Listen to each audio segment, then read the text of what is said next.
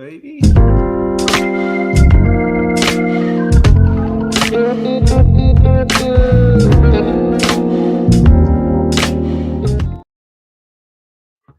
And that was bloody damn loud. I don't know if it was loud on your end, but holy cow. Anyways, hello and welcome everybody to the Wide World of Warhammer. With me today, we got the beautiful gentleman himself, Innes. How you doing, buddy?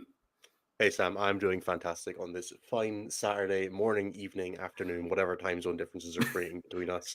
I'm doing very well. Exactly. Yeah, that's very good to hear. And I see you rocking the dinosaur hoodie. I mean, you're Oh, how could definitely you looking not? the best in the show I today. crawled out of bed about 30 minutes before the call. I was like, dinosaur hoodie will do. That's fine. Dinosaur hoodie will do. I apologize. I never did get to ask you beforehand. Is it Innes or Innes? Because I've heard various people announce it differently. I don't know, dude. Innis is how I say it, but really, it doesn't matter that much. No, that's fair enough. Okay, well, I'm sure you've been called much worse things, but we will Oh, not replicate significantly, them on there. yes. Yeah. So I No, pronounce it with an I like Innis, but it's spelled yeah. Innis. So it's Okay. more confusing than it's worth. Basically, just don't go down the route of pronouncing it with an A at the beginning, and we're fine. There we go. There you go. And don't substitute that E for you, and then we'll be all good. Anyways, we'll keep working on that. We'll let other people work that stuff out. So we have Innes today for the first time, actually. We've been knowing each other for a long time, but haven't had the chance to sit down and have a conversation. And we're going to be talking today about practice and more like reviewing your games at events and sort of optimizing your future performance with optimizing your future performance by reviewing your past performance and other things on the tabletop. So I guess I just want to start things off. So Innes, nice and simple question. How important is it for you to review your own games? Like, how important do you find it? Reviewing games is one of those things where when people talk about practice, making perfect, or getting better with practice, it's reviewing your games that is the thing that will actively encourage you to take the information that you're learning in your given games and applying them to you as a player. So if you're not doing any level of game review, you're just not learning from the games you're playing. So I would say ultimately it's the sole thing that contributes most to making your practice valuable. If you're just playing games and then you're discarding information afterwards, just being like, I played a game that is making me better. It's not, right? That's not how practicing anything works. You have to be concentrating on the whys of how you're playing, why you're doing things, and what they can teach you for the future of your gameplay. It's a very eloquent answer and a very good one. So is it fair to say that in this, after every single game, you review it in depth, or is there certain games you'll generally review and some which you will not? Yeah, there's obviously there's levels to this, right? I'm at the point of my 40k gameplay history that the sort of incremental advantage of any given game is fairly low, right? I'm not learning a ton in any given game unless we're learning like a new army or a new faction or a new mission pack. So a lot of games I play now are just kind of, I would call them like maintenance games where I'm just playing to make sure that I'm not doing anything stupid. I'm making sure that my list works the way I want it to, that I'm understanding the missions, that I'm not making stupid mistakes. And those games tend to be a little bit less review heavy. So if I play a local game like my local club where I'm just playing as one of the guys in the area who's maybe not one of the best 10 players in the world, I'll put less into it than my final game against Andy Costco at LGT, where we were both knackered and on stream, and I'm looking at that game back, and I'm like, I would have done this differently, and this differently, and this differently, and I'm really happy with how I played that. Okay, that's a thing that I can lean on, and all that kind of thing. So yeah, obviously the level of the game that you're playing matters, but at the level where you're I play between 5 and 10 games a week. A lot of weeks, it's much easier for me to discount some of those and be like, okay, those ones are less relevant. I don't need to focus on them as heavily. Whereas if you're only playing 1 or 2 games a week, you probably got time to review all of your games in as much depth as you need. Yeah, sure, that makes sense. And so, when you were talking about there, I guess that practice games versus the tournament games, what does an example look like for you as a review? Like when it's a practice game, is it a simple just check through? Oh, I was happy with how this unit's performed, or I was happy with these decision makings, or is there a process that you generally follow? Yeah. So as far as like a process goes, it's very much kind of sitting back at the end of the game, whether it's at the table or later when I have a chance when I've gone home or whatever, sitting down, opening up like the tabletop battles app, having a look at any pictures I took during the game, trying to have a look at things like, how did I deploy this game? Was I happy with that? Okay, how did the list perform? Were there any units that overperformed, underperformed? And it's kind of, the process will vary based on whether I'm like experimenting with a list, whether I'm like learning a matchup, whether I'm learning a terrain format, all those kind of things, where the questions that I'm asking will differ, but the process tends to be the same. If I'm like concentrating on it as a practice game, it's take some pictures, make sure you're keeping track of the score sheet and learn the lessons that you're trying to learn from it and ask the questions that will give you that information. So say for example, I'm learning the GW terrain format because I'm going to WCW in a month, right? I'm not, but if I was, I would be playing a bunch of GW terrain format games right now, and I'd be asking questions like, okay, how does this terrain format affect my deployment? Does this terrain format affect the units that I can bring? Okay, I couldn't hide as many vehicles on this terrain as I wanted to. Maybe I shouldn't bring this, or this. Or okay, the side objectives are really open on this mission and this mission, but they're not on this mission and this mission. How can I make sure that I'm comfortable with either eventuality? I need to have enough stuff that can clear an objective, enough stuff that can hold an objective that's in the open. So I'm looking at like lone operatives and melee units, and that kind of spirals into like asking the right kind of questions. Whereas if I'm trying to practice a mission pack, so say Pariah Nexus has just come out, I'm going with things like, oh, I need a bit more units that can stay alive in my deployment zone consistently. So because I need to be able to score recover assets to sabotage with on turn one. Oh, I don't need to have as much access to the corners because investigating signals is gone, but containment's around now. How does that change the way I deploy on this mission or this mission? And then when I'm learning a list, it'll be, okay, I put this unit in, or I put this unit in. Did it do its job? Okay, how easy was it to deliver? Do I need to focus on doing more of that? Can I, how am I prioritizing my command point spend? And asking the questions that relate to the thing that you're trying to learn. And I find that the more you can isolate those variables and kind of drill down into focusing on specific things, the easier it is. But obviously, you can learn all of these things at once. You just have to ask a lot more questions, and it's a lot harder to kind of figure out if any individual variable contributes to like any individual thing, right? So it's kind of going, if I'm learning a new terrain pack and a new list and a new terrain and a new like mission format, then I'll start asking questions, and it'll be harder to say if it's because of the terrain or if it's because you're not isolating the variables quite so much.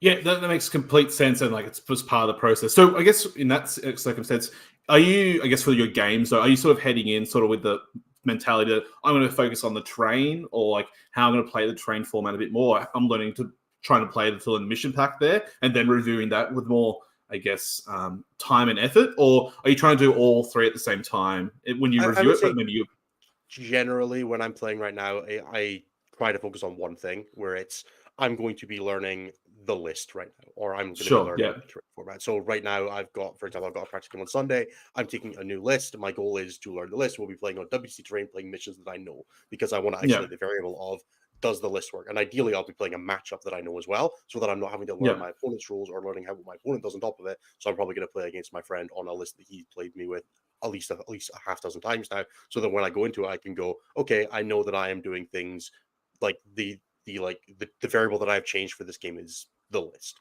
and then I can yeah, kind of take the right lessons out. So, and a lot of that is kind of when people talk about like going into the practice bunker for WTC and things like that, where they're okay, I'm going to play 100 practice games. It's because they're isolating the variable of they're playing with their teammates on terrain that they know they're going to be prepping for, and the only variable is what their sort of their matrix is and what their list is, and you kind of get yeah. into that. You're making sure that you're taking the right lessons out of every game. The more you try to test for in a given situation, the easier it is for things to overlap and for you to make mistakes in your practice. Yeah, sure. And so I guess it's very easy for you to say. Obviously, you can practice these independent variables very easily as you play 5 to 10 games a week. But as you alluded to before, most players who say they're competitive maybe play on average 1, 2, 3 games a week, best of times. So I guess what advice would you give to those people who have to sort of have so many variables and are trying to review their games? Would you say Yeah, it's maybe more an extended review process? Like okay, I will sit down and actually review one stage at a time, or is it something else? yeah, if you're in a position where you're having to test for multiple things at once, which is what we're ultimately doing, you need to make sure that you have your processes like sorted out. For me, I like to do a lot of okay, I'm going to take a picture at the end of deployment, the end of mine and my opponent's turn 1 and 2, because those are kind of the critical turns of the game, and then any key points that go throughout. And then, as I go through it, sit down, look at the pictures, and go, okay, I made XYZ decisions here as a result of, okay, were they correct? Am I happy with those decisions? Am I unhappy with the decisions? Why am I unhappy with them? And kind of literally just asking yourself the questions of if I was in this situation again, now that I'm 24 hours removed from this game, would I play that the same way? Or was I overcome by emotions at the moment that I had low rolled 3 saves the turn before, and I was really, really reaching because I felt like, and I actually didn't need to play that aggressively, or oh, was I feeling skittish because of ABC, and I actually should have played more aggressive here, right? And trying to like detach yourself from the decisions that you made and kind of try to think about it as the decisions that you should make, and ultimately you're testing for your decision making process. You can kind of look at you can look at something and go, okay, the list wasn't working or whatever, but you were still playing the list and making decisions on the tabletop, and there was always decisions you could make better. You can sometimes look at it and go, okay, I think that I would have liked to have to not make this decision or have a better tools in place, but you can't fix that at the table, right? So it's kind of isolating separate things. Like your decision making process on the table is a thing you can test for separately to how well is my list working, and you have to just like ask the questions that give you the answers to each one. So if your list isn't working, it will be because you can identify that as not having the tools you want or being forced into difficult paths. If the terrain isn't working, you can identify that as the same kind of thing, right? It's I didn't have the right tools in my list to answer these questions. But ultimately, when you get to the table, you could still use your tools differently to try to find a different win condition. That's the thing that you need to be identifying in your decision making process. So it's kind of isolating the things you brought to the table versus things you did at the table. And you can work on both separately. It's just harder. But yeah, the more in depth you go with it, the more you kind of remove yourself and your ego from the game you played and kind of look at it as I need to do these things. How do I do these things with the tools I'm given? The easier you'll find it to actually like learn those lessons from the game. So very, very sage advice there, Ernest. That was great. We have a question in the chat from the Australis Tabletop Wargaming Network. Shout out to Scott.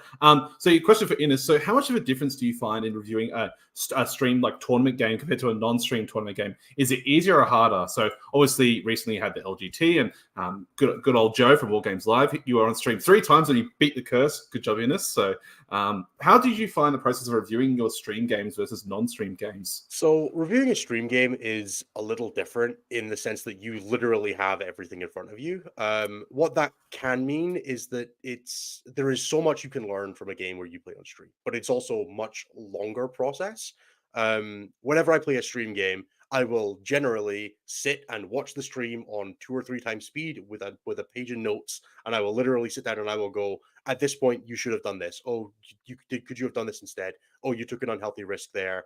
Oh, you forgot to move this, right? And just literally going through and going step by step. And if it's a really interesting game, I'll literally sit down, maybe like a week or so removed from the game, and I'll go, okay, at the start of each of my turns, let's try redoing a plan for this turn. And then we'll see what I actually did, and we'll try to figure out why I did it differently. And, try to kind of figure out your mental processes for how you're making decisions under pressure. Because a lot of what practice is for at the level that you're, trying to win important tournament games is about making sure that your kind of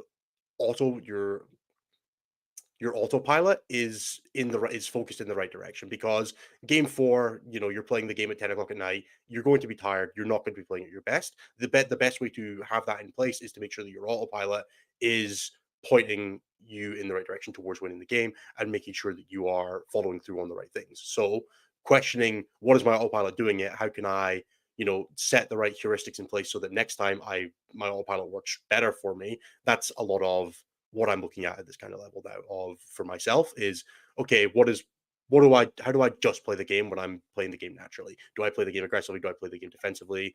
And kind of trying to adjust those things into how I like set up lists. Playing a list that's incredibly difficult to play in the 10th game of a tournament is always going to be stressful. Okay, maybe if I'm trying to win LGT, I don't play a list that wants me to do that, right? That's the kind of question that you can sometimes be asking yourself at the level that I'm, trying to get to.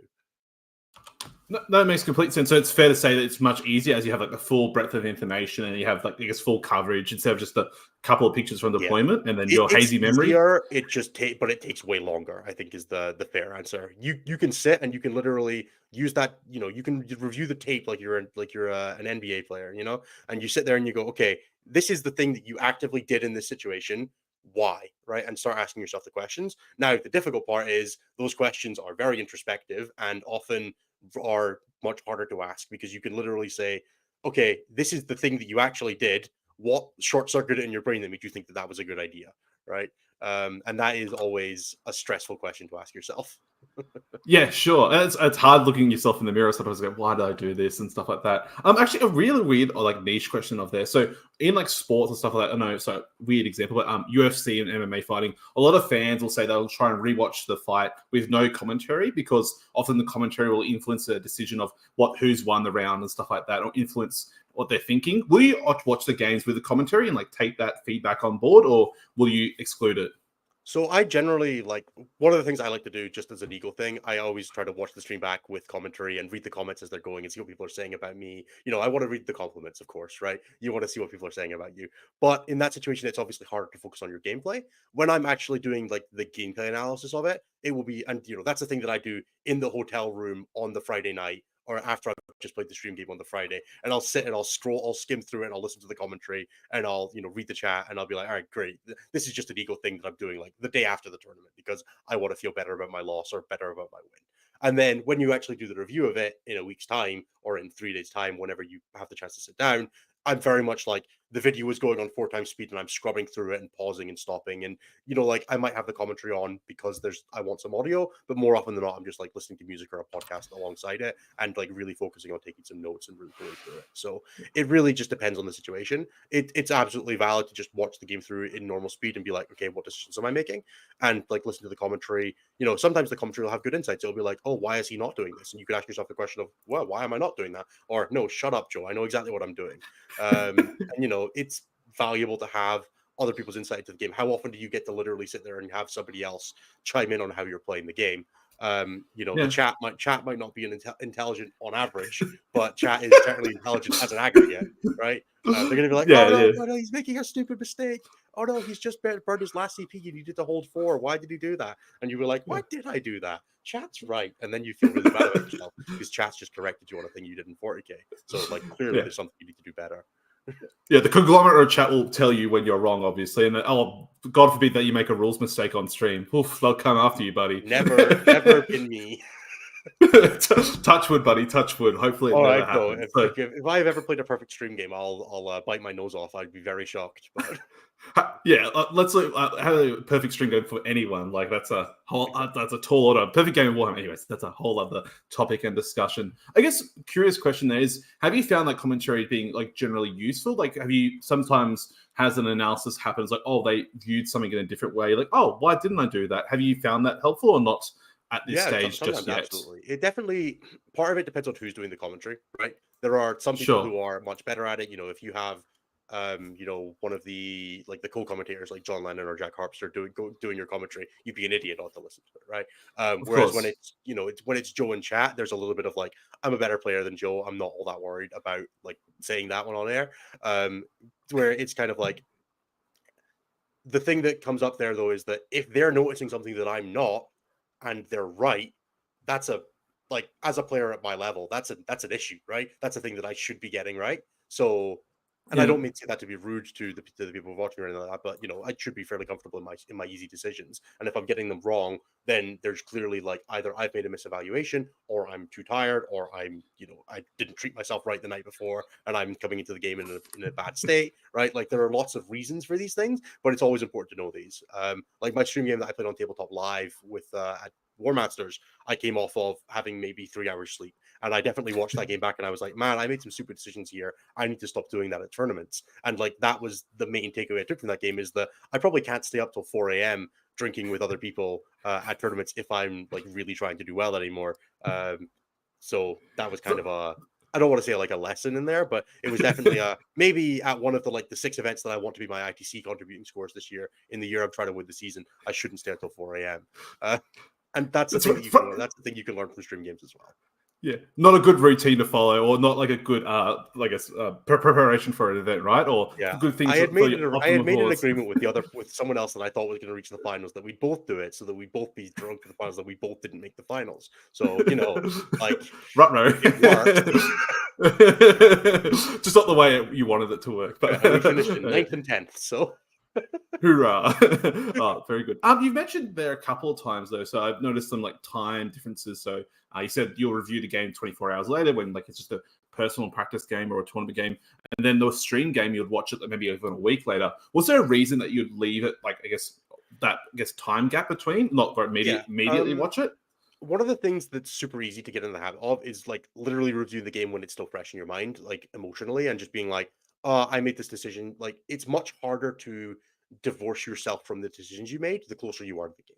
So you'll be going into it and you'll still remember a lot of like the conditions that you were in at the time because you're playing the game. You'll be like, oh yeah, but I made that decision because XYZ, right? Whereas when you are a little bit more removed from the game, a lot of the like the sharp edges have had time to file off from your memory of it, and you can kind of review it more objectively. I think tends to be the case. So if you played like a high stress game and you watch it the day after, you're going to watch the game again, and all it's going to do is it's going to flare up the same emotions that you were feeling at the times you're making the decision. You're just going to be like, oh, I made that decision because I was feeling aggressive, or I felt like I was in the driver's seat and I wanted to take control. Whereas when you watch it a week later, you can be like, wow, I took a stupid risk there because I felt, and you're okay, why did I take that stupid risk? And you can kind of go back and go like, okay, I took that risk because I felt like I was in control at this time, but it's kind of identifying it as a risk first, not I was in control first, right? It's kind of trying to identify like the situation, then like work backwards to what the cause was. Whereas when you're super close to the game, you still have the cause in your head a little too much, and it tends Sure. to be quite difficult to kind of divorce the two from each other.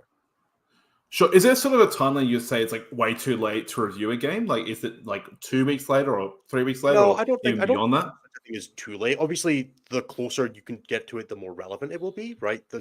The later you look at it, the more you will be, you know, detached from the metagame, the list, Sure. the Yeah. rules pack, whatever, right? So there is definitely, you know, I'm not going to go and sit and review a game from 3 years ago and be like, okay, cool, how was my decision? Because I don't make those decisions anymore, right? I'm not the same player.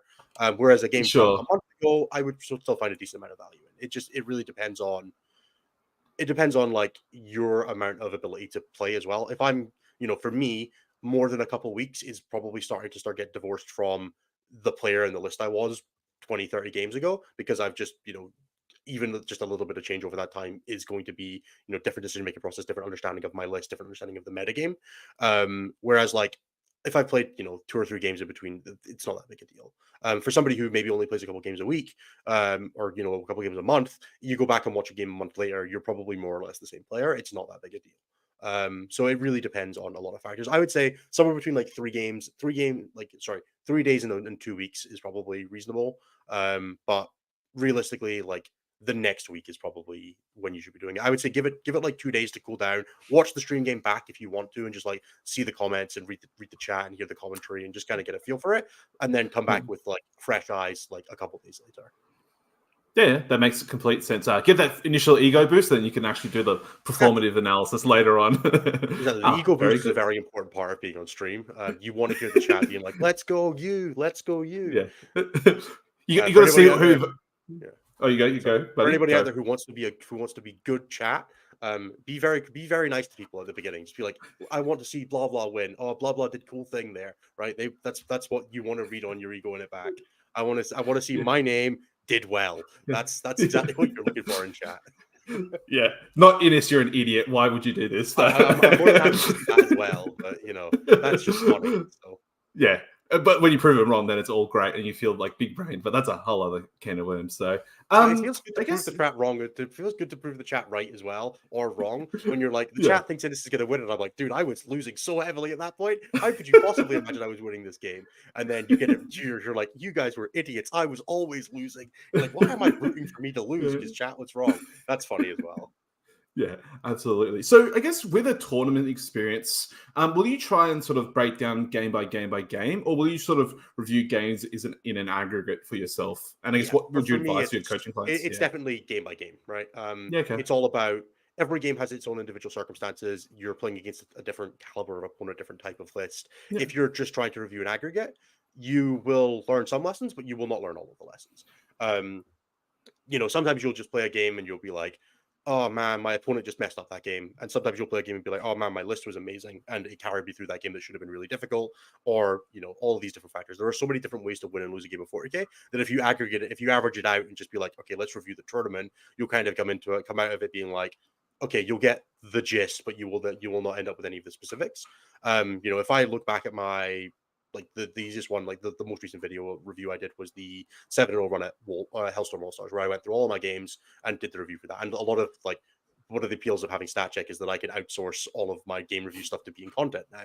And when I do those game reviews, I can, I can monetize it. That's great. I love that bit. Yeah. Strong appeal of having a podcast. But I'm doing those game by game, and I'm going through each individual game and asking the questions of myself. How did I prepare for this game? What was my plan? Was my plan correct? What went wrong? What went right? What would I do differently if I played this one again? How was my list? Did my list carry me? Did I have to carry my list? And I'll if I look back at it and I think, well, there was one game against Hypercrypt that I had to play. I had to identify very quickly that I needed to play super aggressively and run the score up. And then there was another game where I was in complete control against Drakari, and my list was just better than his. And if I average those games out, I'm like, well, my list was just better than both of them. No, that's not true. And I had the way that I approach both those games is so fundamentally different that if I try to average out the tournament to 7 games, I'll come out with GSC is broken and I have to play aggressively, right? That's not that's not what happened, right? Sure. So very much each individual game is its own thing. A tournament very much has a cadence, right? The stronger you start, the more you'll be feeling yourself as the tournament goes on. Once you start winning, it's easier to keep winning. Unfortunately, that's also true of your opponent, who has also started winning but kept winning. So it doesn't really make too much of a difference, right? The momentum isn't really a thing.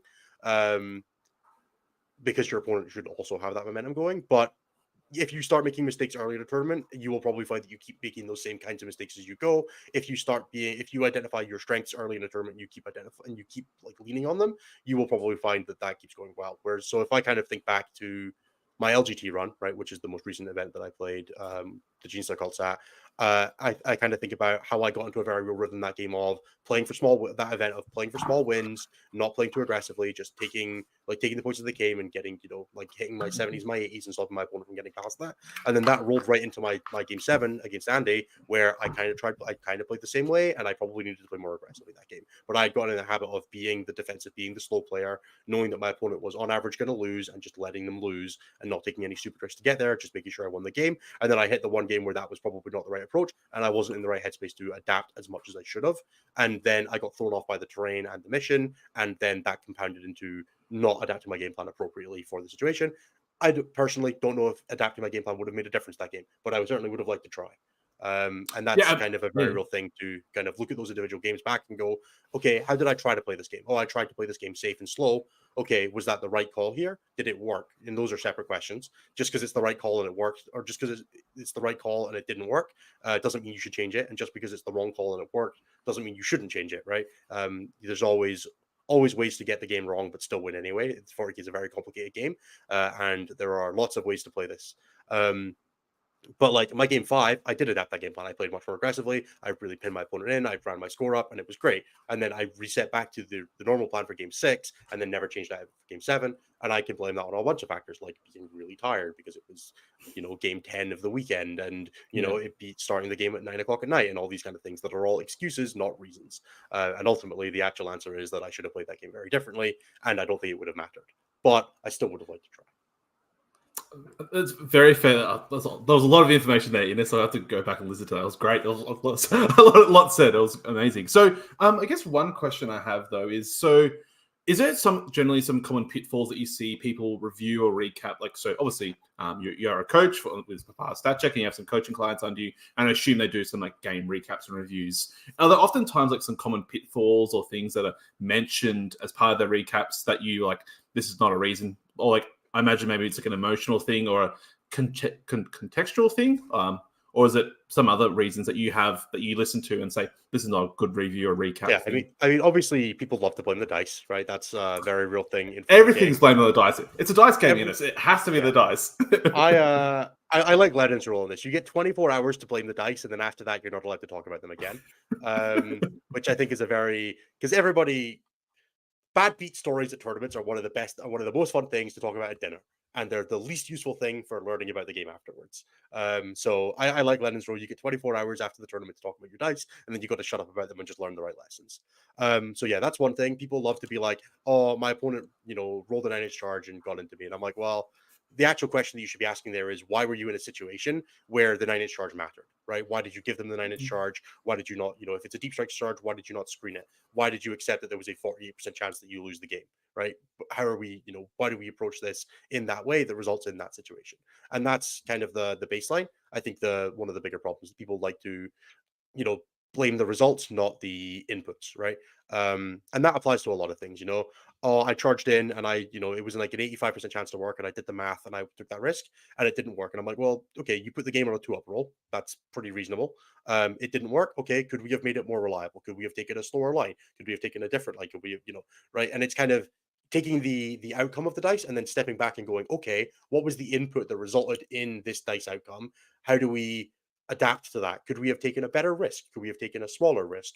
Could we have, instead of risking the game on a 9-inch charge or a 3-inch charge or whatever, could we have made it so that we were in a good position, guaranteed, but maybe not a guaranteed winning position? And then you start making the outcomes of, okay, was I more likely to win the game than that dice roll? The one example that I always love giving here that's so disrespectful to my teammate Chris. I was playing Warp Talons against Blood Angels, and Warp Talons have to go back in reserve rule if they kill a unit. And I'm sitting there, and it's turn 1. I'm going first into Blood Angels, which is a very bad situation. Didn't want to be going first because he gets his end of turn rapid ingress. He's got the Sanguinor waiting in reserve, all this kind of stuff. And I sit there and I go, turn 1, roll an advance, roll a 5. Okay, I get to move 17. I have an advanced charge stratagem. It's a scout squad 20 inches away from me. I have a 3-inch charge at that unit. I think hitting that charge gives me a very good position to win the game because I get my Warp Talons in reserve. They can start rapid ingressing, causing problems. And he's down to scoring asset. But if I fail the charge on a double 1, I don't have a CP to reroll it, and I think I just lose the game straight up. And I looked at him dead in the eyes and said, I think I'm more likely than 1 in 36 to win this game playing normally. So I'm not taking this risk right now because I think I'm more likely to lose the game by failing that charge than I am to lose by playing normally, and didn't roll the charge. And I think that's one of the most disrespectful things I've ever done, because I was like, I think I'm more than 95% chance to win this game just playing normally. I'm not taking this risk on turn 1. And then I won the game. So, I feel justified in that, but I'm sorry, Chris, you didn't deserve that smoke at like 12 p.m. on a Saturday. But it's a microcosm of, when you make a risk, you have to analyze, is this risk impacting my chance to win the game positively? If you are sitting there and you're like, I have a 30% chance to win this game right now, and I have a 50-50 coin flip to win the game, well, fucking take it, right? Like, what are we doing, right? If you roll the dice and you roll the 4, you win the game, and if you don't, you don't. Great, you were going to win the game 1 in 3 times otherwise. Why not take the risk now, right? Get the agency, and if you fail it, cool, you get to be bad beats, but also you accepted the 50-50, right? And then it's the same kind of thing where I love to talk about the unit in the Rhino problem, right? If you have a unit in a Rhino with advance and charge, it has a 27-inch threat range. And if you sit there and you measure 27 inches from my chosen squad on turn 1, and you go, I'm sitting 27.1 inches away from your chosen squad, I'm gonna look at you, I'm gonna die laughing in my head, and I'm gonna stand there and I'm gonna go, great, you're definitely out of charge range. And then I'm gonna move my transport forward, and I'm gonna sit just out of your threat range and go, move backwards or die. And you're gonna sit there and you're gonna go, oh, I have to go backwards to be outside 27 of you. And you're like, yeah, and I'm on the objectives now. Congratulations, you played yourself. And if you had just, because if you think about like the process that has to happen for me to be willing to throw that chosen squad at you, I have to be willing to disembark, not be able to re-embark, roll a 6 on my advance, and then an 11 on my charge. I am not going to disembark to try to roll a 6 into an 11. That is never a thing I'm doing. You should probably stand like 24 away, so that if I disembark and I roll a 6, I have a 9-inch charge. That's a 50-50 if I roll a 6. I have to commit to get lucky to get a 50-50, right? You're not worried about that. Take the 3 inches closer, and then if I edge forward, you can then charge me. And if I don't, you're, further away. But if it's turn 5, and the only way you can lose the game is if I hit that 12-inch charge, just be 27 inches away from me, right? The question is always different based on the time that goes into it. So a risk on turn 1 and a risk on turn 5 aren't the same thing. If you're 100% chance to win the game, if I don't make that charge, will be 27 inches away from me.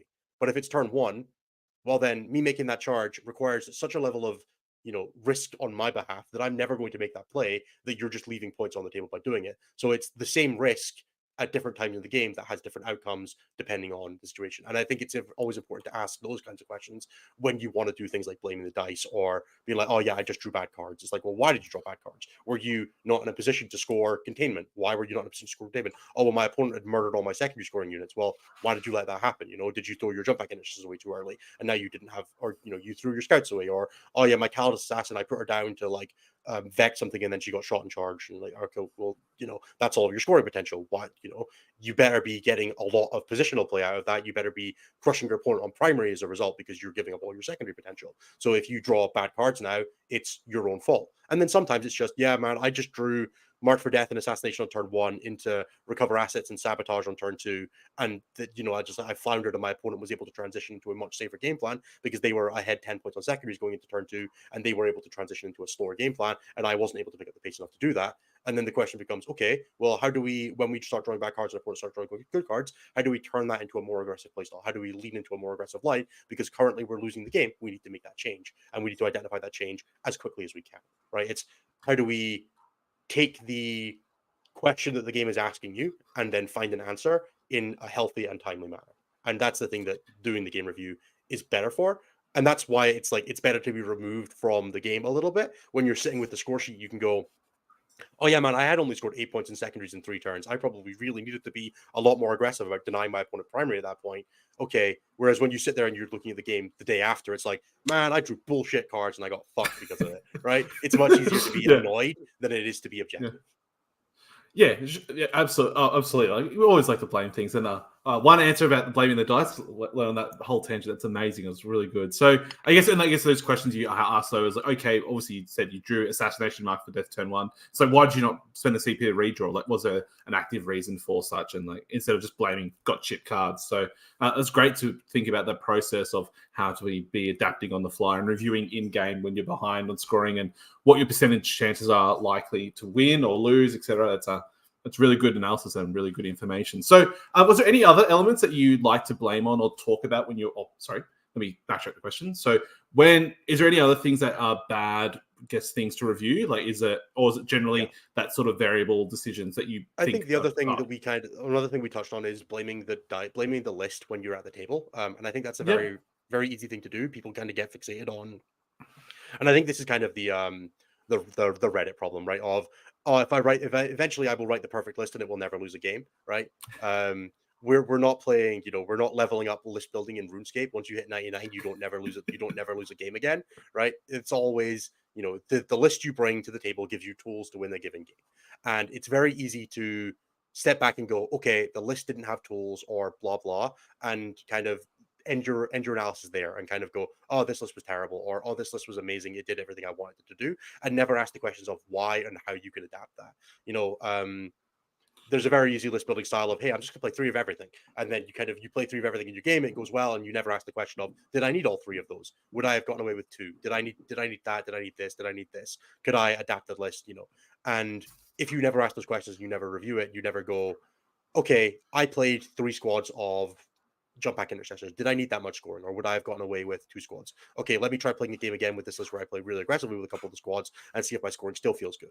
And you kind of try to identify what's actually causing you to win games and what's causing you to lose games. And then if you're playing Dark Angel Gladius right now and you'll be like, oh man, I really do need 3 squads of Death Ring Knights. I couldn't imagine cutting these for anything. And you'll go, do you know what? I probably don't need the 3rd squad of scouts in my list, or 2 squads of scouts and a Calidus assassin and 3 jump back intercessor squads was more scoring than I needed. I can get away with putting a little bit more punch in this list, and kind of asking those questions about the list, even if it works, of still going, okay, there are definitely things in this list that could have been better, things that could have been worse, or asking, was this just not the right game for these guys, or are they in the list for a different question? And it's one of the reasons that it's important to play against a wide variety of things, but also to play against the same things a few times and try to go deep on certain matchups.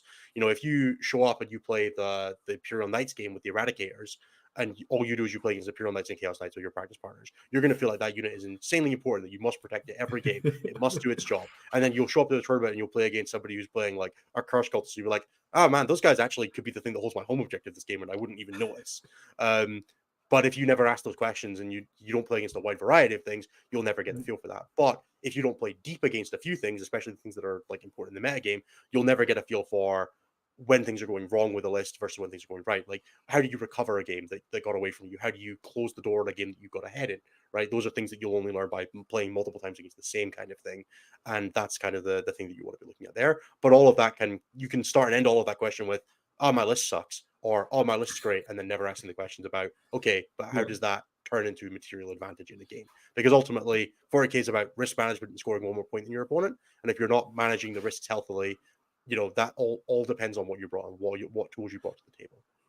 Sure. And does that same, I guess, philosophy apply for your opponent's list? Like, hey, I'm in a singles event and I hit my bad matchup. Like, I'm not going to review the game. Like, I had a bad matchup to this. it's No, shit. absolutely not. Whereas, Like every single list out there has bad matchups. However, if you go and look at the data, no matchup is a 0%. There is no such thing as a 0% matchup in 40k. You need to know your opponent's loss conditions. You need to know what they could fuck up, what they could get wrong, what could go wrong for them. If you sit there and you're like, oh, I just lose this game, but okay, what if we play your best mission and you draw perfect cards and your opponent draws terrible cards and you could sit on 2 primaries and you have endgame scoring? Do you win the game then?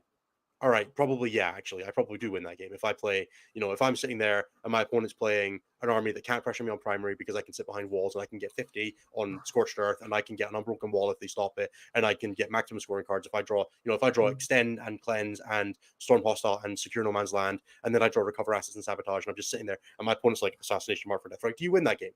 All right, yeah, probably. Okay, so somewhere between you showed up and lost the game and you drawing perfect, there was a crossover point where it's 50%. Where is that 50%? Right? Somewhere in there exists conditions where you're roughly 50-50 to win the game. You need to know what they are so that you can create them as best you can. Do you need to pressure your opponent's secondary units to give you the best chance of them drawing bad cards? Do you need to just dogpile their primary? Do you just have to deploy to go first and then go first? Do you just have to deploy to go second and then go second? You need to know what your win condition is and your opponent's loss condition, which means that you should review that game and be like, okay, if something had gone wrong here, would that have given me a chance? Or, okay, could I have done this here to get me a better situation? And sometimes the answer will be no.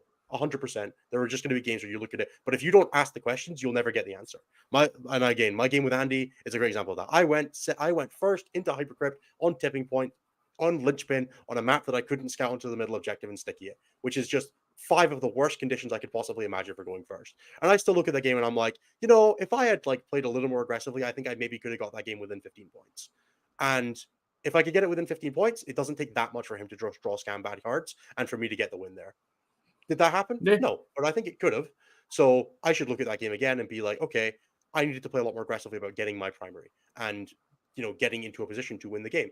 Was it likely? No, but if I don't try, I'm never going to win, right? If I just lose in my deployment zone, I'm going to lose the game every time. So how do I affect change on the game? I need to understand what can go wrong and what can go right in that game.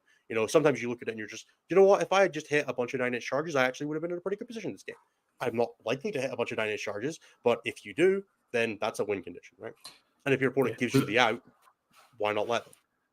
Yeah, if that percentage chance likelihood of you winning is by hitting that 9-inch charges, you may as well go for it, right? It's the best thing avenue you have. Right? So exactly right. So when I guess you talked about before that when you recap your own games, you'll take a photo of your deployment and then bottom of turns for the first 2 battle rounds. When you're advising or coaching clients, would you advise any further photos or any other, elements that you'll try and recap? Yeah, so I think the general structure that I go with people, taking pictures in Game of 40K can be a little disruptive. There's a button you can hit in the tabletop balance app that says "Remind me to take photos" that you can actually hit that will do it, that will tell you to do it. But if you're not in the headspace to do it, then I usually say end of 1, end of 2 for both players, and your deployment and your opponent's deployment are the things that we will get the most out of, because so much of the late game of 40k depends on the inputs of the early turn, and it's only really valuable to practice and learn from the late game if you got there with a good early game. It's one of the things I talk about with clients is it's actually more valuable in practice games sometimes to just spend an hour and a half on your first 2 turns and never finish the game if you've only got a certain amount of time to play a game, to make sure that when you get to turn 3 and 4, you're playing the game the way you should be playing it. So, kind of fix solve the processes early so that when you hit late game, you're still playing a game with each other and the game hasn't blown out, that you both, took the right risk, you both took a healthy approach. Because so many games and tournaments, I think, one thing I find, practice games tend to be significantly more blowout than tournament games, because in practice games, people are much more willing to take the aggressive lines, people are more willing to take risks, and then you get the tournaments and everybody turns into a fucking coward, where they're like, oh, I don't want to lose the game, I don't want to lose the game. So they'll play significantly more risk averse because, well, this is one of the 5 games that you paid for, you want to make sure that you're getting a win out of it, so you play significantly cagier, you play much slower, and you end up playing a bunch of late game scenarios that you maybe haven't practiced for, because you can never really practice for late game because it's so messy and so dependent on what resources you both have available that it's much harder to, the inputs are much harder to test for. So making sure you get through those early game and making sure you're not losing the game in deployment, losing the game on your turn 1 pushes is generally much more helpful. Now, I generally am like, hey, grab the pictures of end of 3, 4, and 5 as well if you get the chance, but also it's much easier for emotions to be running high at that point for you to be like, oh, I just needed to go to my turn so that I can go, right? Shout out to the one game I played where I was so excited about getting my contorted epitome into 3 riptides and stopping them all falling back that I forgot to shoot 3 Imperial Knights because I just wanted to get to the charge phase. It's really easy to let emotions run high and get to that situation. And I still won that game because it did not matter. But because I stopped 3 riptides from falling back and stopped them all shooting and ran 3 Imperial Knights, it was great. I was very excited to get to that charge phase. But it's still probably not a healthy way to play the game, because once you get into those emotional states, and yeah, if you're capable of stepping back and getting into the okay, I'm going to take pictures to help me learn here, it can be good for like mental resetting. But also sometimes you're as Astralis says in chat, sometimes you just got your blood up and you just want to go. And in that situation, me being like, hey, stop and take pictures is not always the most helpful thing for you. So yeah, I'm like, the more you can bring as an input to yourself, the more outputs you can take out of it. But don't get in your own way of enjoying yourself and playing the game of 40k. If taking more pictures as you go is going to disrupt you having an enjoyable practice game, don't worry about it so much. Get the early stuff, learn the early bits, and then you can kind of, the later game turns are often a lot easier to like infer from the score sheet as well, when you can kind of look at it and you're like, well, you started getting 15s on turn 4 and your opponent started getting 0s. I'm imagining that was going pretty well for you. Yeah, it was, right? Yeah. Or yeah. That's one challenge I like doing with clients is cold reading their score sheet and being like, so you went aggressively on this turn and your opponent fucked up and started getting 0s, or you went aggressively and you bounced this turn and they're like, yeah, that's exactly what happened. I'm like, yeah, the score sheet tells you everything. So as long as you've got your score sheet as well, definitely keep track of your score sheets. Keep them in. I would definitely recommend like the Tabletop Pals app, or just like putting them in a Google Doc or whatever. Just like keep track of them, because the more inputs you have, the more outputs you can get from a given game. That's great. And I assume it's a very simple question. So what sort of photo do you want, or you think is best for a review? Is it a simple like birds down picture? Like, yeah, I literally just I tend to do top down from my side of the board.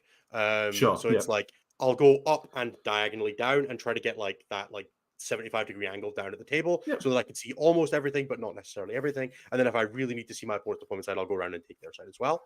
But generally, it's more, you play the game of 40k from your side of the table. We don't play with TTS view. It is always important to be thinking about it from your perspective, which means looking at it from your side of the board generally, because that kind of gives you, like, it tells you what you're focusing on, because you will be focusing on the things that you can see. If you're a player who tends to forget about units inside buildings, that's a thing that you should probably remember. You know, when you're looking at the picture and you're like, oh, and there was a unit inside that building. Whereas if it's, that can be that, you don't want to have a whoops, right? So generally, from your side, if you can get a full top down, like TTS games, if people are playing those, grab a full from above, right? Like, it's completely fine. Or take a picture of your opponent's deployment as well, right? And we could talk about both sides. One thing that can be like slightly helpful as well, if you have like the remembrance for it, like go in and do an edit on it and number the order that you did your drops as well. And if you can do the same for your opponent, that can be super helpful as well. But that's it's a lot of effort to do, especially if you don't remember it. But be like, okay, I dropped this here. Was that relevant? Right? Okay. Because you get a lot of information during deployment by doing alternating drops. Of course. So if you can take the most of that, that's one of those things that stream games are really good for, because you can literally see it as it happens. But if you can do things like record your TTS game, for example, that's another thing you could do if you're just doing this as an independent game, right? You don't need to have a stream game to do it. You could just chuck up like a quick a live stream on OBS and record it, or XSplit or whatever. I'm pretty sure there's a bunch of free ones that you can record your game, record it, watch it back, right? That's another thing you can do for getting that kind of information. Yeah, that'd be great. I know for myself, like, I save my TTS games at the end of each turn, and so then I'll go back and reflect upon that, and it's the easiest way to do it. But recording and being able to see the deployments and stuff like that would be a really good handy trick. And I love that idea of noting of which unit you deployed in which order, to like sort of figure things out, because that's a very important tool. Is like, what are your dead drops, and then how are you reacting? So that's a really good tip. So I think something we'll definitely try and employ for the future. We've talked a lot, I guess, from very singles perspective. Obviously, the game is played mono in mono, 1-for-1. But how does the review process change for you when it's a teams event or you have a teams game? Is there something different you'll do? When I play a teams event, I generally try to remember like things. The important things to generally remember in a team environment that are different is, what was my matrix? Am I trying to win this game or trying to lose this game small? and kind of making sure that I'm reviewing it from that perspective. If my job is to win this game, then I'm going to be looking at how I can maximize every point. If my job is to lose this game small, it's how I can minimize the differential, right? So those are definitely different questions. The other thing that's always worth remembering is generally in teams, you will have instructions during a game that are separate to your best interests in terms of your individual, because theoretically you should be playing your game in the best interest of you achieving your matrix result or the high end of it, right? So if I am playing to lose the game, I am not going to try to win the game unless my opponent makes a catastrophic mistake, in which case I'll absolutely take it, right? Don't get me wrong. But you should be playing the game to your best path. So if instructions come down from on high and it's like, hey, we need you to push, or hey, we're winning the round, we need you to just make sure you hold and get 7, right? And you were on for like a 9. Well, I'm going to adapt my game plan to be suboptimal, right? Like that's strictly what you're asking me to do is divert from the optimal path in the interest of the team's optimal path. So I need to either increase my risk tolerance, decrease my risk tolerance, start maximum, like, whatever the given instructions are. So if you got a push call during a game that you were on track for 12 and suddenly your team needs 16, you're going to start taking unhealthy risks, which means have you left your, so you can start asking questions like, have I left myself the opportunity to do that? Have I given my opponent the opportunity to make mistakes? Have I, is the game, if it's turn 3 and I'm comfortably sat into my holding pattern of sit on 2 objectives, my opponent sits on 3 and they slightly outscore me on secondaries, it's going to be really hard to disrupt that on turn 3. Whereas if I'm in a holding pattern of all my stuff's in reserve and my opponent can't push me because it's all in reserve, I'm planning on dropping it defensively. My opponent's planning on letting me do that, and I'll win small, lose small doing that,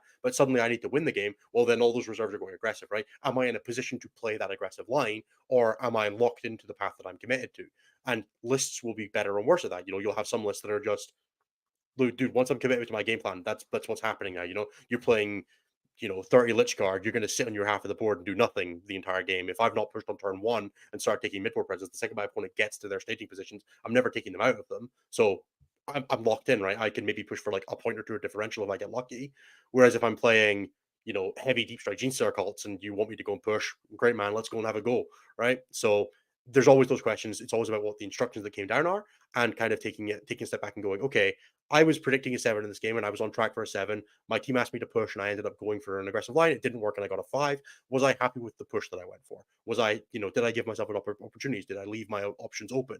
Or did I not do that, right? And you're kind of asking the questions of how does, like, one, you kind of have to think about it from how well did I do at getting my game plan and being correct, and was I correct? Maybe I matrixed to 10 and it turns out this matchup is actually a loss and I should have matrixed it for an 8, and I got lucky to get to the 7 that I did, and or maybe like then the 8 that I got was actually expected value and I had the wrong input information. Or and then the second kind of half of that is that how good was my game plan from the perspective of my team? How good was I at being able to give my team the ability to push or not push? If my job was to get a 15 and my team asked me to push to get a 20 and I pushed to get a 20 and I got a 12, like, did I take an unhealthy risk there? Could I have waited for a different opportunity, or did I just have to go there, right? And it's kind of asking yourself those questions, and it just adds a second layer of like, how flexible was my game plan during the game? And sometimes you'll be playing a list that isn't, and sometimes you'll be playing a list that is, and it's up to you to kind of make that determination for any given team game. Yeah, and so I guess when you're reviewing your teams around, will you try and do that? I guess will you follow that same precedent of giving it? I guess it's probably hard with the teams out, right? Like you generally have to probably adapt on the fly and review maybe a bit more quickly. I imagine, like in terms of reviewing the team as a whole, or instead of like going back after the event and debriefing. So, like I guess my question is like, will you try and debrief between each round, like how the pairings Yeah, went and then what the process 100%. was? Like Yeah, there's yeah. a decent amount of, hey, we as a team need to be aware of what went wrong so that we can fix it on the fly. So you kind of have to do this a little bit more. You don't do it as in depth, obviously, but it's a lot of, okay, you were in a good matchup this round and it didn't work. Why didn't it work? Okay, it's because we gave push instructions because 3 other games went sideways. How do we adjust that? Okay, how do we make sure those games don't go sideways next round? Okay, we had the wrong pairings information. Uh, we put your list that's meant to be thousands twice now, and you brought home a 6 and an 8. Maybe we shouldn't be doing that. Can we look at an alternative option, right? It's just kind of adapting on the fly. And a lot of that just comes down to asking quick hit questions like, okay, was your matrix information correct, or do we need to update that? And if you should probably have a pretty rough idea of the answer for that. Was that just a game that got weird, or was that a game that was the expected value? And I think that's a thing that people will generally have a pretty good sense for is like, was that a game that got weird and got away from you, or was that, or the same for your opponent, or was that just the normal, right? Sometimes you walk over and you're like, wow, you just got a 15 in a terrible matchup. What happened? You're like, yeah, my opponent made a mistake, or whatever, or I capitalized on a really good opportunity. And sometimes it's just, yeah, my opponent didn't have a choice. I just ran them over, right? It's always worth questioning, why is a good result a good result, or a bad result a bad result. Yeah, and I guess for after the event, so the dust to settle, the event is done. Will you generally try and review like all the rounds conclusively, like do a debrief as a team? Is that something you Yeah, try and endorse and 100%. So do?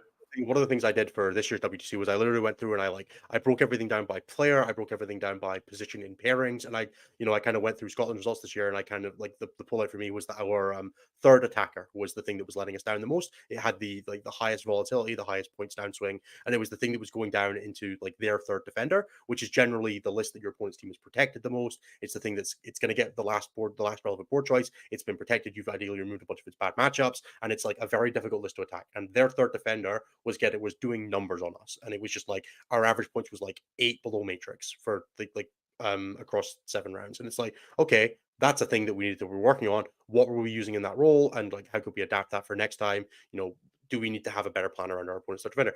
Is our third defender doing the same thing? And it wasn't, right? So their third defender was doing much better than our third defender. How is that a thing that we needed to adapt in list composition, in pairing process, and that kind of thing? Whereas I kind of looked and I was like, well, our first and second defenders are doing fantastically. They're both tracking above matrix. They're both doing great. Okay, is that a thing that's averaging out? Like, is that a resource that we're using? We're not using our resources on that. We're using our resources elsewhere. Maybe we're not taking the right things with our defenders to give our third attacker the right opportunities, right? That kind of thing.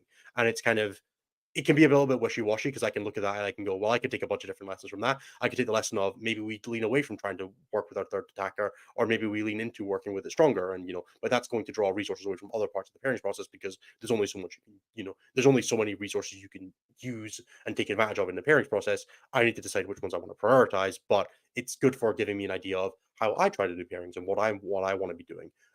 So those are the kind of questions that I tried asking, and you can do a ton of analysis on that, and then it's kind of going through and looking at talking with the coaches and being like, okay, which of these players got push calls? I might be looking at a round result that's 4 people that went up, 4 people that went up, and 4 people that went down. But if those 4 people that went down all had push calls and were told to go and push, and they all pushed and it didn't work, well, one thing we need to have a look at, how are we pushing as a team? What kinds of things are we doing in those situations? But also, are our push calls just not working? Are they coming at the wrong times? Are we giving bad information to our players? Right? That's all things that are important to know, and so contextual and so literally impossible to ever have all the information for. That the more you can put into that, the more you'll get out of it. I definitely sat with a spreadsheet for a couple hours and sat and filled out information, and then spoke to the coaches and then filled it out again. I was like, okay, here is the things that I think have gone wrong for the year, and the things that have gone right for the year, and kind of trying to take that information and run with it going forwards. Yeah, that's really good advice there. So would the process be also like round by round? Would you sort of like recreate the matrix and then go through the process of reviewing? It's like, we made this decision expecting this, but we maybe should have done a different line here. Is that something you also do? Like, is like redo the pairings? Yeah, redoing pairings isn't something I do quite so much. Just personally, it's not something I've ever really been too invested in. But there's definitely sometimes I look at it, I'm like, a lot of the time you kind of look at it and you're just like, oh, we mispaired here. It's more of like it's probably something I should do more of actually, is reviewing my pairings. But generally, pairing information is kind of hard to recreate just because Sure. the way that pairings tends to work out, there's a lot of stuff going on that doesn't get recorded, that can make it quite difficult to like really go back on, because so much of it is contextual on how the previous pairings went. So if you don't have like a copy of the pairing sheet that actually got filled out, which not everyone always actually fills out, and then like what order tables are picked in, right? You put it on BCP and or Tourney Keeper or whatever, and it goes in like some random order, and you're like, oh, table 1, 2, 3, 4, 5, 6, 7, 8. Oh, what order were they paired in, right? And it can be quite difficult to look at that and go, all right, a ton. Now, some teams are much better about keeping that information, and realistically, probably a place that I should have tried to be as well, actually, now that I think about it. But yeah, it's one of those things that pairings is one of those things that is hard to recreate and hard to get right. You also ideally need someone across from you that also understands the pairings process to back and forth with, which is more difficult when you're doing review, right? Just the more people you need available for that kind of review, and the more information you need, the harder it is. Because I can never know, if I paired against a given team, if I was to redo the pairings, I don't know how they would change what they did in response to me. So I can pair with someone who might have an idea, but it's impossible to recreate the exact conditions. Whereas I know what happened in my games, and I know that I can, like, I know the inputs I can change. I can't change what my opponent responds to them, but I know I can change the inputs, and I have a better idea for what the outcomes are in a game of 40k, because it's just easier to kind of get that inference than it is in pairings, because pairings is so much a personal thing. That it makes sense. And I guess when you're doing those teams reviews, is it, you mentioned before, it sounds like yourself and like maybe a couple of the coaches as part of the debrief. Is that what you generally suggest, is like going through the processes, like a small council of people to review the whole process? Or would Yeah, you bring the whole team in and I do a whole generally find thing? the ideal is to like make it independently, like you and a couple people, and then back and forth with a few people. Will be like, okay, let's talk about this specific thing. You know, maybe you've got somebody who's really good at like talking about the matrixy stuff, somebody who knows all the push instructions. Like, kind of pull those guys in, get the information, and then feed back to the team as a whole and discuss as a team. Right? It's kind of, there's no point too many cooksing the data collation part, because you'll have 10 people sat there being like, yeah, that's exactly that is what the matrix says. Yes, you can fill in the Excel formulas correctly, thank you, well done. Right? Nobody needs to be there for that bit. But Part of yeah, yeah, that. you're so good at filling in matrices. Yeah, that bit doesn't really need to be like crowdsourced, right? You can do that independently or Sure. with a small group. No, fair enough. And I guess so. Something we didn't get the chance to touch on before, but I want to rehash is, obviously it's very common at the end of the game. You'll sit down, and sort of debrief the game, and like sort of have a chat about how the game went. What are some of the key things that you'll try and do during a game, like at the table, like rehashing the game with your opponent? Yeah. One thing I will say, people tend to be very protective of wins in 40k. And I say this in the nicest way, where you ask somebody, what did I do wrong, or how do you think I should have won this game? People will be like, oh yeah, dude, I don't really think there's anything you could have done there. I think this was just always going to be my win. People love to say that shit in 40k, where they're very protective of, I won this game, you didn't lose it. I tend to find that the questions that people like to ask are like, oh, what would you have done differently? How would you, oh, I think I could have won this game. I should have done this and this. And your report will be like, yeah, dude, great, man. Like, sure thing. And like mentally check out. A lot of the things that I think tend to be more relevant is asking questions like, what were you worried I was going to do? And try to put try to put the onus onto my opponent to feel smart about the things they stopped me doing, rather than asking them like what I fucked up, because it'll be more like, oh hey, I was trying to do this and you stopped it. How would you have, like, how did you stop that, right? How did you make it so that I couldn't do this? And try to get your opponent thinking about it from the perspective of them being really smart and good at Warhammer.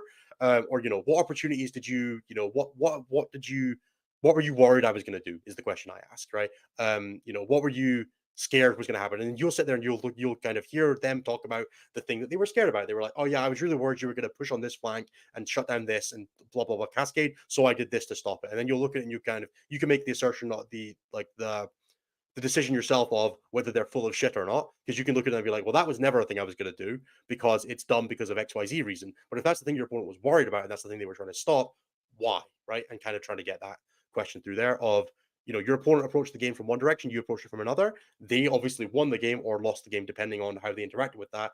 Are you right in your assertions? Are they right? Are they right in theirs? Maybe that was the thing you should have done, and you just didn't ever think to do that. And the thing that they think is that them avoiding it is you just never thinking to do it. All these kind of things. But it's, try to avoid giving your opponent the out of being like, oh yeah, no, dude, I think you were always going to lose here, and ask questions that will make them feel smart while giving you information at the same time. I think that I tend to find that that's the best way to approach it.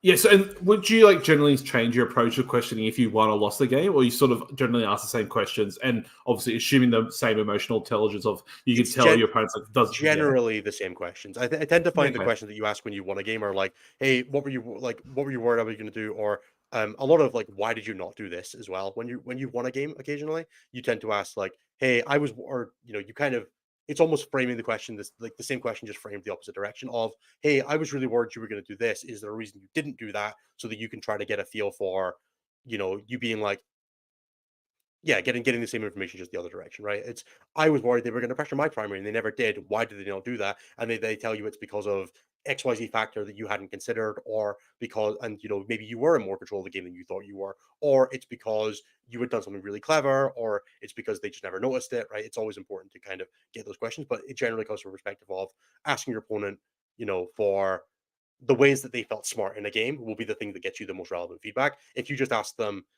sometimes you just sit there and you're like, oh yeah, I think you should have done this, this, and this. And your opponent's like, well, I was never going to do that, that, and that because of X, Y, and Z. And sometimes you're like, oh, I think you should have done this, this, and this. And they're like, oh yeah, that's true. And then you never get more out of them. So it's a lot about just getting more from the given game. Yeah, sure. And I guess we had a follow up question as well from Scott. So in a practice game versus a tournament game, do you find it's like a more open discussion or a different discussion, or it's generally the same process? In a tournament game, it's usually from the perspective of like picking up an opponent and being like, "Hey, go and get me some more OGW. Get me some tie breaks, make them feel good, make them put them on Sure. for the next game." With practice games, it tends to be a lot more like, "Hey, let's both learn the right lessons from this." So with my Yeah. like dedicated practice partners, it's a lot more of a, "Hey, let's sit down and talk about the game from both of our perspectives and approach it from like a more objective standpoint." Whereas in tournament games, Of the course. emotions just tend to be cleaner, and there's also less incentive to like really learn the right lessons with your opponent, I suppose. Right? When it's with a practice partner, you're both committed to each other's growth. Whereas with a tournament game, a lot of it's Yeah. just, hey, this is the thing we both have to do at the end of the game. Let's get through this and move on with our days. So there's a little bit more of like an obligation with it at tournaments that can often result in it feeling a Sure. little less genuine, I suppose, which is not necessarily a great thing. And I always try to be as genuine as I can with my opponents at the end of the game, give them relevant feedback, and make sure that they're going on happy and ready for the next game. Um, but there's just there's a lot more going on in a tournament. Like I want to go get lunch before my game. I'm not going to sit and spend 15 minutes talking about the game at the end of it with you. I want to go and get some food and I want to go and chill out. Whereas in a practice game, we're both there for that, so it tends to be a little bit more Yeah. active and directed. That makes total sense. What are you talking about, Innes? I'm sure after Game 7 of LGT at whatever midnight, you want to sit there and dissect the game with your opponent for another 30 minutes, right? Surely, right? Absolutely, yeah, 100%. I wanted to, I just couldn't because my Uber was leaving. Oh, What a damn suffering. shame. Absolutely suffering. So obviously sometimes as well, like you'll be reviewing games with, I guess, your client or like reviewing with your practice partners, like obviously preparing for WTC.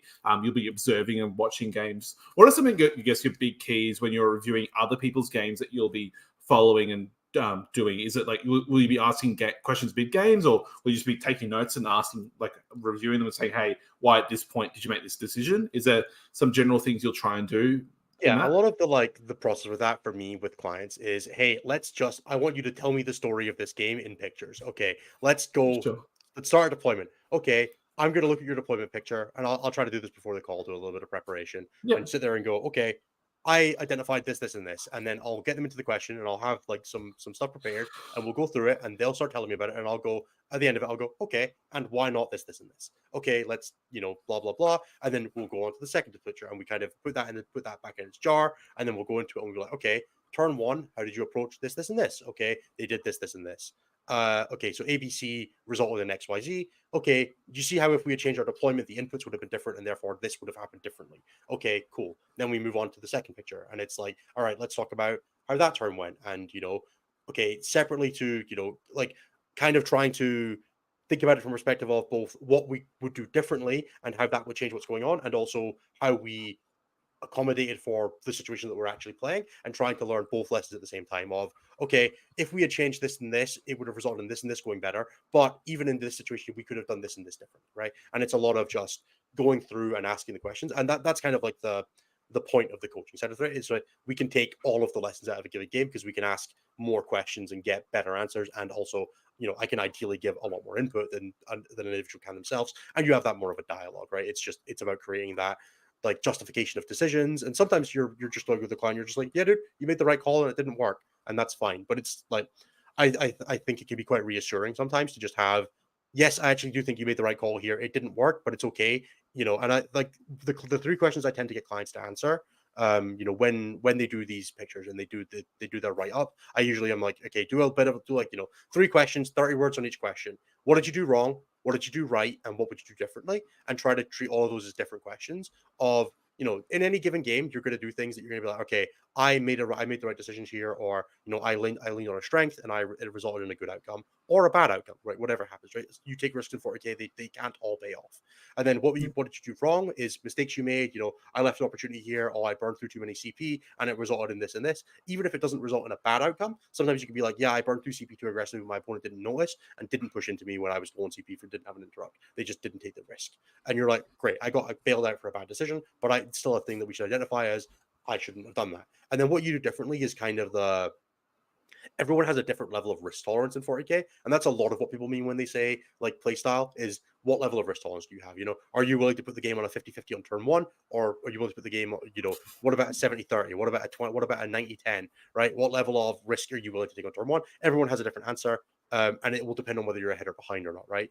There's kind of like a quadrant theory to that. Are you ahead? Are you taking, if you're ahead, are you taking risks to try to drive the game home, or are you avoiding risks because you're in control and you don't want to make mistakes? And then the same thing when you're behind. Are you are you taking risks to try to get the game back to even or get yourself ahead, or are you avoiding risks to let your opponent make mistakes or fall into traps, right? Where do you fall in those given sections? There will be different answers depending on the list you're playing, the mission you're playing, all these kind of things, right? But everybody is somewhere within that spectrum. And that's a lot of what playstyle comes down to is, are you taking risk early or late? Are you taking risk going ahead or behind? Or both? I tend to be fairly risk heavy when I'm ahead and fairly risk heavy when I'm behind. I like taking risks, and I like being the one that has the agency in the game, but some clients just aren't like that. And I'll be like, hey, you could take a risk, and they're like, yeah, but I'm not comfortable with that. And I'm like, all right, cool. We either have to work on getting your comfort level up or finding different routes to the same path, right? And that's very much part of that as well. So it's kind of just going through and identifying when are good times to take risks, what are healthy risks, what are unhealthy risks. Maybe you're looking at a turn, you're like, oh, okay, you're playing Dark Ages Gladius. Is this the turn that we assault doctrine? Okay, why is it not? Are we spending a CP on putting a unit in a doctrine here, right? And asking all these questions as the game progresses, and being very deliberate with like each turn as we go of, what under this situation, what should we be doing, and how could we have affected the situation by going back in time? Yep. That's a great question to ask. I'll be definitely making note of those, and that feels like a very easy YouTube short. It's like 3 questions Innes Wilson asked before. All I'm saying is beyond the basics, we'll have a game review section as well. It might just be a link to this episode at this point, but there you go. Well, I've jumped the timeline a little bit. I didn't mention before during the show, but the idea sprung in my head when you answered that question. It's like, oh yeah, ding, there we go. So I'll force you to do it now, Innes. Well, you will. Good on me. Bloody Sam. Bloody, how dare he? So another question I wanted to ask is, so often sometimes in sport and stuff like that is you scout your opponents, or you'll review games of your opponents and like sort of review how they do things and I guess approach various things. Is there generally a process that you've heard about when you're like, so for example, maybe ahead of LGT, if you saw stream games of how Liam VSL plays his CSM list, really.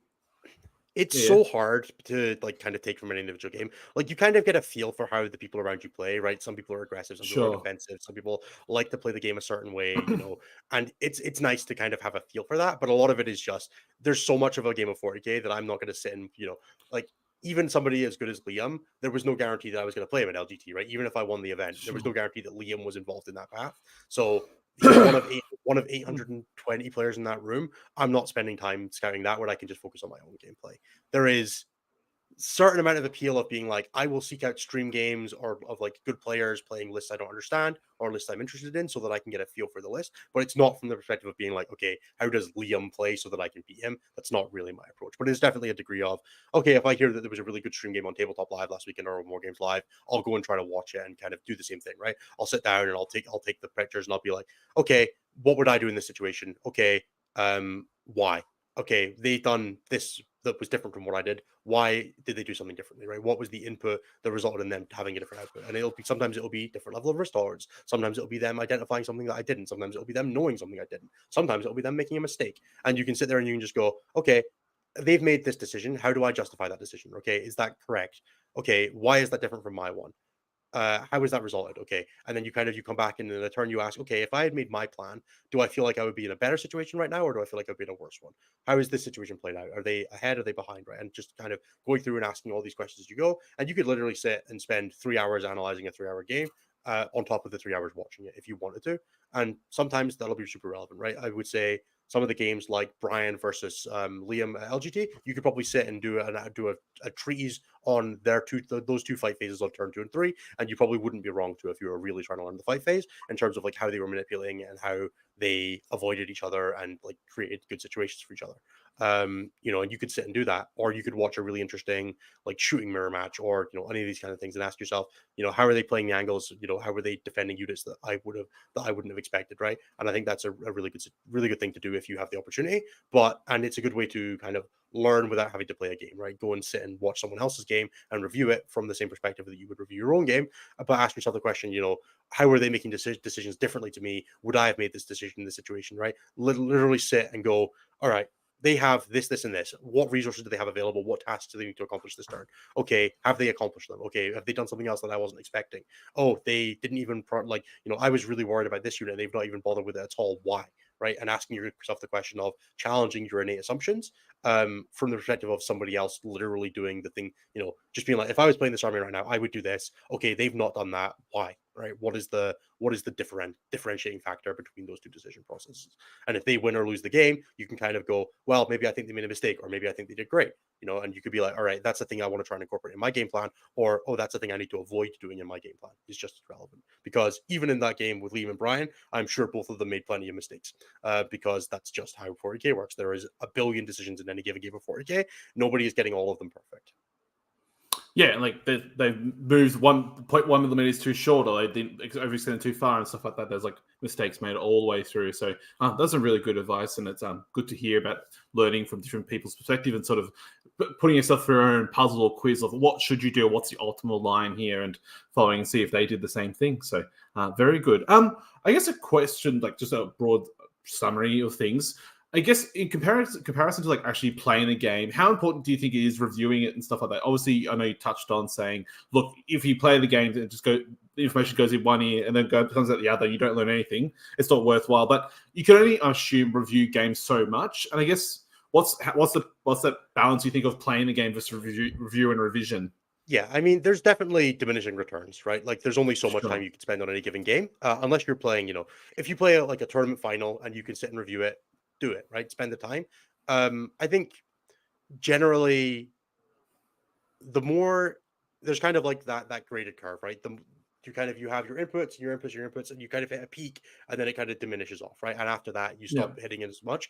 But if you can do like the first 15 minutes of review, right? Sit down after your game, whether it's in the car on the way home, or if you're on the train or on the bus, or you're just sitting and you've got the tabletop battles app open 24 hours later, just sit and ask the easy questions. What did you do well? What did you do wrong? What would you do differently? And kind of think back on it and kind of go, okay, isolated from my list. If you're like, assume that your list is locked and you were not allowed to change it, and that's not a relevant thing, and Yeah. that you can't blame the dice. What did you do differently? What would you do wrong? And what did you do well? And just ask those three questions, and you will get most of the way up the start of that curve. You'll get like halfway in 15 minutes of asking yourself those questions. And I would say write down the answers in a Google Doc or in a spreadsheet or in your notes app on your phone, and then in 10 games time, come back and review your last block of 10 games and just go, am I making consistently the same mistakes? Are my strengths sometimes my weaknesses? Am I always being like, oh, I should have been more aggressive? Oh, I should have been more aggressive. And if you can identify that over the course of like a 10 game stretch by just putting in 5 to 10 minutes, 5 to 15 minutes on each game,